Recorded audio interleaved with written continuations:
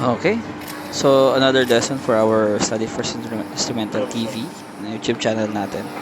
Let's tackle naman yung topic na stress management skills. Yung a person who is not able to handle stress may develop poor habits that will lead to an ailing health condition. It is important a person to develop and practice skills, something like stress management skills. Yung stress management skills are techniques that can be used to cope with harmful effects produced by stress. One type of skill focuses on doing something about the cause of stress. Learning and using responsible decision making skills can help solve the stressor that is causing the stress. And the second type of skill focuses on keeping the body healthy and relieving anxiety. Exercising and eating a healthful diet are effective skills of this kind. There are ways on how to manage stress. Let's read them. So, meron tayong use decision-making skills when faced a difficult problem. And remember, an orderly mind is a healthy, positive, stress-free mind. Number two is relax. Rest and sleep well. When you're resting, your blood pressure lowers, heart rate slows, and muscles relax. After sleep, you feel invigorated and ready to face today's challenges. At siguraduhin nyo lang na hindi kayo mag-oversleep because oversleeping associated naman sa obesity, diabetes, and headaches and back pain. If you feel that you're always sleepy and you need more 10 hours of sleep every day, it is best to consult your doctor about it. So, pangatlo, we can stretch your bones and muscles. Physical activities release tension in the body and provide relaxing feeling. So, ang gagawin nyo dito, pwede kayo maglagay ng mga activities in 1 week. Lagay nyo yung mga physical activity that can release tension in your body and your mind. Yan. Lagay nyo lang week 1, pwede kayo mag-basketball. Week 2, pwede kayo mag-badminton, something like that. Or a physical fitness that is pwedeng badminton for the whole week o full 1 month, parang ganun.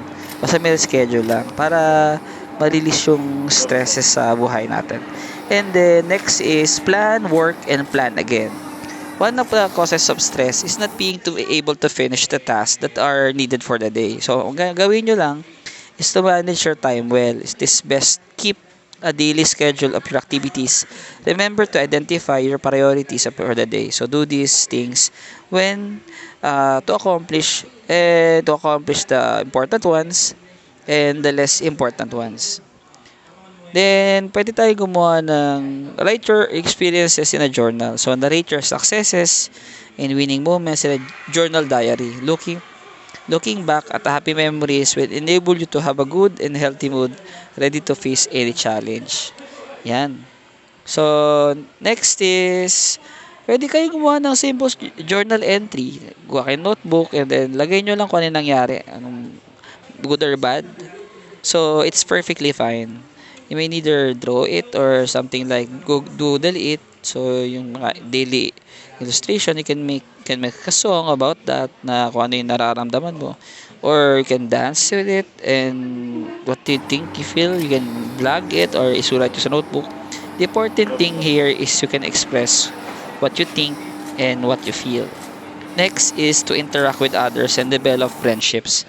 Find people you can share your feelings, interest stories when doing activities. Offer help and lot of help. In friendship, people can help one another and get away from stress. Yan. So, mahalaga din talaga may kausap ka sa buhay. Hindi pwede yung lagi ka lang tahimik, tatrabaho ka lang. So, paminsan-minsan kailangan din makipagkwentuhan to just ease up the stress in life. And never hesitate to talk with parents and adults. Keeping your worries and problems to yourself will not help you manage it or manage the stress. It is best to find comfort and advice from people who know about the problem and knows about the problem. Like your relatives, parents, even teachers. They may give you a different perspective and solution to your difficult problems. Yun. Pwede yun. Then, Tandaan nyo, yung remember positive changes starts from in you. Keep a sense of humor and make things light. Yung natawag na reframing. Reframing is changing your outlook in order to see the situation more positively. So, for example, meron kayong experiencing sadness and frustration because of stressful situation. Start finding the possible side of things. You can start thinking happy thoughts, changing ideas into something happy is part of reframing. Tandaan po what you think and feel is what you become. Tandaan po lagi. Okay? Thank you everyone.